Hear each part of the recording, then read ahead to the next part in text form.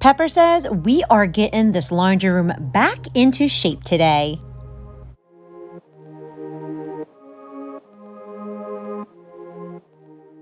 In this episode, we're getting back into this laundry room because it's been a long time since we've actually decluttered. And unfortunately, it looks like some things kind of got churned in here over the past year. But that's okay, because we'll probably have it decluttered, organized, and neat and tidy within 2 episodes, not 20.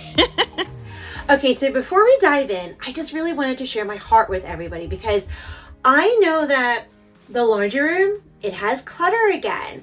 And I didn't want someone who is a recovering and they're hoarding or anyone to be like, oh no, she's going backwards. She can't figure it out. She's failing. I don't want anyone to think that.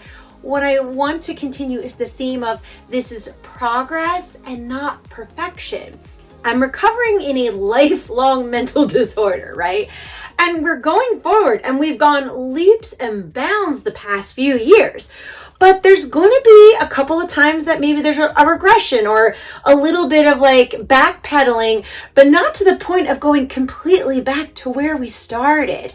This is actually a good thing in my path because I can really start to recognize, well, if A and B didn't work, then maybe we should look for what C or D might look.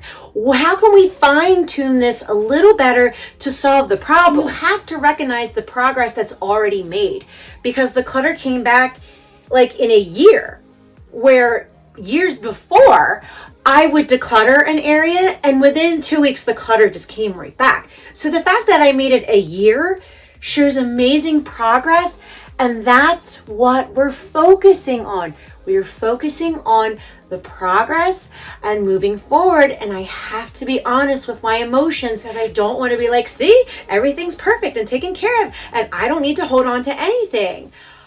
I'll always have hoarding disorder, but I can modify those behaviors so that I can have livable, manageable, organized home for me and my family.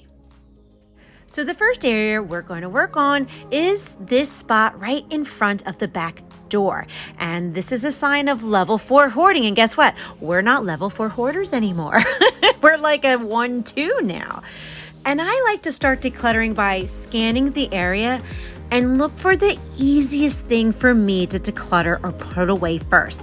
That's been successful for me to avoid feeling extremely overwhelmed by the amount of stuff I have. And the easiest thing I can do is put the snow boots back. This is where the kids keep their snow boots when it's winter and stuff. We kind of keep them in here so they can quickly put it on and go outside. Now, when I say put away, I mean they need to be packed away. So we'll pack them away for the season. Next are these boxes, and I actually just identified a subconscious habit for why they keep coming back. And I can tell you why. Normally what I'll do is I'll come out with a handful of trash, right? And I'll toss some things to the side so that I have an open hand to open the door and walk into the garage so that I can throw it into said bins, whether it's recyclable or regular. And because my ADHD is spitting a mile a minute, I'll walk right by the second trip. So to tweak that ADHD subconscious habit, what I'll do is I'll leave the box right in front of the garage door. That way I can open the door with the free hand, throw it out, and as I'm coming back in, the box will obstruct my way in, thus triggering my memory that you need to put this box in there too. That's how the ADHD mind works. It's constantly spinning. I'm sure this was a drop and go too. We had gotten it last year. It's still good. We'll put it back into our pantry. Next is the letter board, and I'm actually going to put it with craft supplies. That way I can adjust it and change it when I want. And this right over here is a brand new grill cleaner that we had kind of bought last year, and it didn't make it back to its original home because I usually keep the grilling stuff in this box. So when we get to organizing that shelf, we'll refine what that looks like. These are hubby's clothes, and he's going to have to make the decision of whether to let that go or keep it.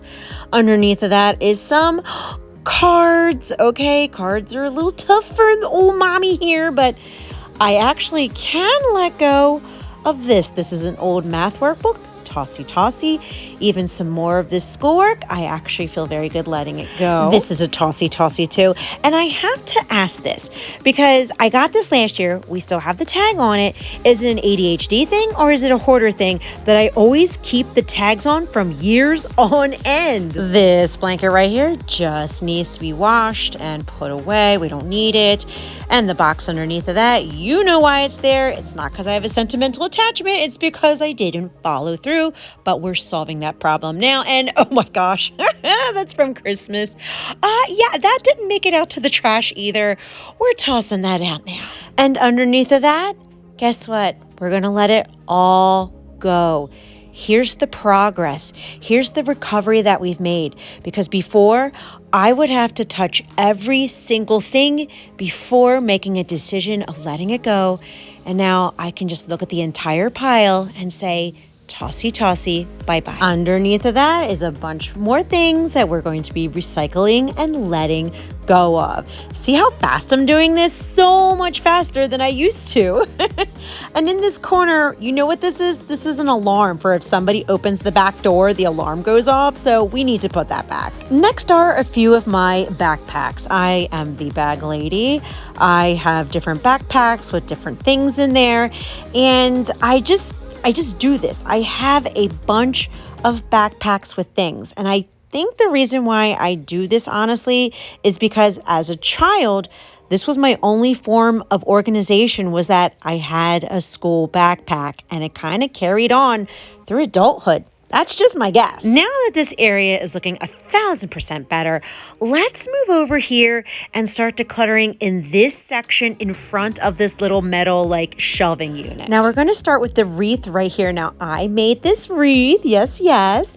And this is the wreath that I put on my front door from right after Easter to about Halloween. So we will be putting that up in a few weeks, and maybe off season, I should have a container for it and store it so that it's protected each year. Now, in this teal bag is a project I've been working on because I am trying to print out my photos of the kids, organize it into photo albums by year, because I know that it'll help me let go of more stuff knowing I have these pictures. The only problem is it's in limbo, and I gotta figure out where to store this in between. And underneath of that is some more tossies. We can recycle this. We can also let go of this piece of paper. The bag, we just need to put the envelopes away and recycle the bag. Oh, and underneath this is the Women Who Shine books. Now, we were supposed to have book signings in the end of 2021, and it got canceled because of COVID, and there is talks of redoing it in spring 2022. But again, this is another limbo thing, and I gotta figure out where to store it. Next are some old soccer cleats that Tyler outgrew, so we can definitely put them on our Facebook Towns giving page. Next is this Bath & Body Works bag that is over 2 years old, and I know I saved it so that I can put recycled paper in here, and we'll definitely start that right up. These are beach and swim team towels that we'll be washing. That way they'll be ready for May. I can't believe swim is going to be starting soon. And underneath of that is, oh boy, okay, here's a beautiful little magical pony that was given to me, but I can't remember who gave it to me, and I'm going to let it go. I'm definitely going to let it go, especially because I see that I have my My Little Ponies right here. I have so much stuff already. And we're definitely going to let this go. Same with this. I can let this go.